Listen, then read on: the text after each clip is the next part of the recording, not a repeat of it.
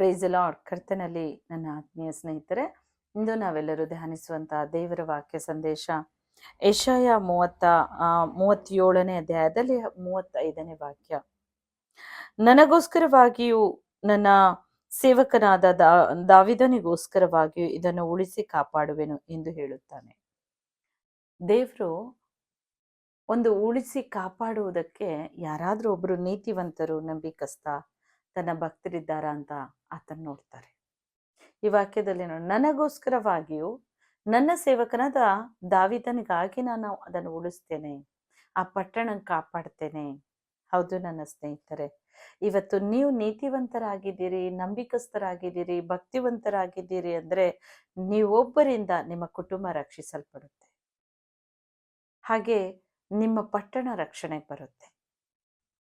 ದೇವರು ತುಂಬ ಒಳ್ಳೆಯವರು ಪ್ರಿಯರೇ. ಆತ ಮಾತು ಕೊಡ್ತಾರಂದ್ರೆ ಅದರಂತೆ ನಡೆಯುವ ತಂದೆ. ಆತ ಎರಡು ಮಾತಿನವರಲ್ಲ. ಇವತ್ತು ನೀವು ಭಕ್ತಿವಂತರಾಗಿ ನಡೀತಾ ಇರ್ಬೋದು. ತಂದೆ ತಾಯಿಗಳು ಮಕ್ಕಳು ಯಾಕಪ್ಪ ಈ ಥರ ಇದ್ದಾರೆ ಅಂತ ಅವ್ರ ಬಗ್ಗೆ ನಿಮಗೆ ತುಂಬ ಚಿಂತೆ ಬರ್ತಾ ಇರ್ಬೋದು. ನೀವೇ ಪ್ರಾರ್ಥನೆ ಮಾಡಿ. ಕರ್ತನ ಹೇಳಿದ್ರೆ, ಯೆರೂಸಲೇಮಿನ ಸ್ತ್ರೀಯರೇ, ನನಗಾಗಿ ಪ್ರಾರ್ಥಿಸ್ಬೇಡ್ರಿ, ನಿಮಗಾಗಿ, ನಿಮ್ಮ ಕುಟುಂಬಕ್ಕಾಗಿ, ನಿಮ್ಮ ಮಕ್ಕಳಿಗಾಗಿ ಪ್ರಾರ್ಥಿಸ್ರಿ. ಒಂದು ಜವಾಬ್ದಾರಿ ಕೆಲಸ ತಾಯಂದಿರಿಗೆ ಕರ್ತನು ವಹಿಸಿ ಹೋಗಿದ್ದಾರೆ. ಹಾಗಾಗಿ ತಂದೆ ತಾಯಿಯ ಸ್ಥಾನ ಒಂದು ಶ್ರೇಷ್ಠವಾದ ಜಾಗ. ಅದು ನೀವು ತಂದೆ ತಾಯಿಗಳು ಭಕ್ತಿವಂತರಾಗಿ ಪ್ರಾರ್ಥಿಸ್ತೀರಾ ಅಂದರೆ ನೀವು, ನಿಮ್ಮ ಕುಟುಂಬ, ನಿಮ್ಮ ಮಕ್ಕಳು ಸಂತತಿ ಆಶೀರ್ವಾದ ಹೊಂದ್ತೀರ. ಸಂತತಿ ಕೂಡ ರಕ್ಷಿಸಲ್ಪಡ್ತೀರ. ಸಂತತಿ ಕೂಡ ಒಂದು ಆಶೀರ್ವಾದಕ್ಕೆ ಪಾತ್ರವಾದಂಥ ಕುಟುಂಬವಾಗಿ ಮಾರ್ಪಡಿಸಿ ದೇವರು ನಿಮ್ಮನ್ನು ಉಳಿಸಿ ಕಾಪಾಡ್ತಾರೆ. ನಿಮ್ಮ ಸಂತಾನವನ್ನು ಉಳಿಸಿ ಕಾಪಾಡ್ತಾರೆ. ನೀವಿರುವಂಥ ಪಟ್ಟಣವನ್ನು ಉಳಿಸಿ ಕಾಪಾಡ್ತಾರೆ, ರಕ್ಷಿಸ್ತಾರೆ. ದೇವರು ನೀತಿವಂತನಾದ ನೋಹನನ್ನು ನೋಡಿ, ನೋಹನ ಮೂಲಕ ಅವನ ಕುಟುಂಬವನ್ನೇ ರಕ್ಷಣೆ ಕೊಟ್ಟರು. ಇಂದು ನೀತಿವಂತರನ್ನು ಕರ್ತನು ನೋಡುವ ಆತನು. ಅವರನ್ನು ನೋಡಿ ಅವರ ಆ ಒಂದು ಪ್ರಾರ್ಥನೆಯ ನಿಮಿತ್ತ ಕರ್ತನು ಅವರ ಕುಟುಂಬದ ಮೇಲೆ ಆಶೀರ್ವಾದವನ್ನು ತರ್ತಾರೆ. ಈ ದಿನ ನಾನೊಂದು ದೇವರ ಸೇವಕಿಯಾಗಿ ಕರ್ತನ ನಾಮವನ್ನು ಘನಪಡಿಸಿ ಎಲ್ಲೆಲ್ಲೂ ಶುಭವಾರ್ತೆ ಹೊತ್ತು ಸಾರುವಂಥ ಮಗಳಾಗಿ ನಾನು ಆಗಿದ್ದೇನೆ ಅಂದರೆ ಇದು ನನ್ನ ತಾಯಿಯ ಪ್ರಾರ್ಥನೆ. ಅವರು ಮಾಡಿದ ಒಂದೊಂದು ಪ್ರಾರ್ಥನೆಗೂ ದೇವರು ಸದುತ್ತರ ಕೊಟ್ಟಿದ್ದಾರೆ. ನನ್ನ ಕುಟುಂಬದವರು ಒಬ್ಬೊಬ್ಬರೇ ಎಲ್ಲರೂ ಕೂಡ ರಕ್ಷಿಸಲ್ಪಡ್ತಾ ಇದ್ದಾರೆ. ಇದಕ್ಕೆ ಕಾರಣ ನನ್ನ ತಾಯಿ ಮಾಡಿದ ಪ್ರಾರ್ಥನೆ. ಅವರ ನೀತಿವಂತಿಕೆ ನಿಮಿತ್ತ ನಮ್ಮ ಕುಟುಂಬವನ್ನು ಕರ್ತನು ಉಳಿಸಿ ಕಾಪಾಡ್ತಾ ಇದ್ದಾರೆ. ಈಗ ನಾನು ನೀತಿವಂತಳಾಗಿ ಪ್ರಾರ್ಥನೆ ಮಾಡ್ತಾ ಇದ್ದೇನೆ, ಹಾಗೆ ನಡೆದುಕೊಳ್ತೇನೆ ಅಂದರೆ ದೇವರು ನಿಜಕ್ಕೂ ನನ್ನ ಪ್ರಾರ್ಥನೆಗೆ ಉತ್ತರಿಸಿ ನನ್ನ ಪಟ್ಟಣವನ್ನು ಕಾಪಾಡ್ತಾರೆ. ನಾನು ಯಾರಿಗಾಗಿ ಪ್ರಾರ್ಥಿಸ್ತೇನೋ ಆ ಕುಟುಂಬಗಳನ್ನು ರಕ್ಷಿಸ್ತಾರೆ.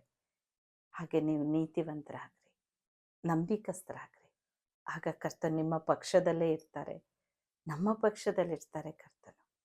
ಮತ್ತು ತಂದೆ ಈ ವಾಕ್ಯದಲ್ಲಿ ಹೇಳಿದಂತೆ ನನಗೋಸ್ಕರವಾಗಿಯೂ ನನ್ನ ಸೇವಕನಾದ ದಾವಿದನಿಗೋಸ್ಕರವಾಗಿಯೂ ಈ ಪಟ್ಟಣ ನಾನು ಉಳಿಸಿ ಕಾಪಾಡ್ತೇನೆ ಅಂತ.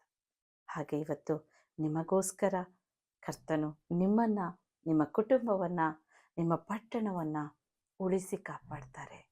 ಈ ಅಂತ್ಯ ದಿನದಲ್ಲಿ ಕರ್ತನೇ ನಾನೊಂದು ಭಯಭಕ್ತಿಯಿಂದ ನಡೆದುಕೊಳ್ತೇನೆ ಅಂತ ಮಾರ್ಪಡ್ರಿ ಪ್ರಿಯರೇ.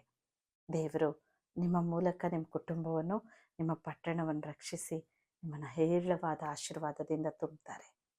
ಪ್ರಾರ್ಥನೆಯಲ್ಲಿ ಬೇಡಿಕೊಳ್ಳೋಣ. ಪ್ರೀತಿಯುಳ್ಳ ತಂದೆಯೇ, ಸ್ವಾಮಿ, ನೀವು ಒಳ್ಳೆಯವರು ಅಪ್ಪ, ಒಳ್ಳೆಯವರು. ನೀವು ಒಳ್ಳೆಯದನ್ನೇ ಮಾಡೋ ದೇವರಪ್ಪ. ನಿನಗೆ ಅಸಾಧ್ಯವಾದದ್ದು ಒಂದು ಇಲ್ಲ ತಂದೆ.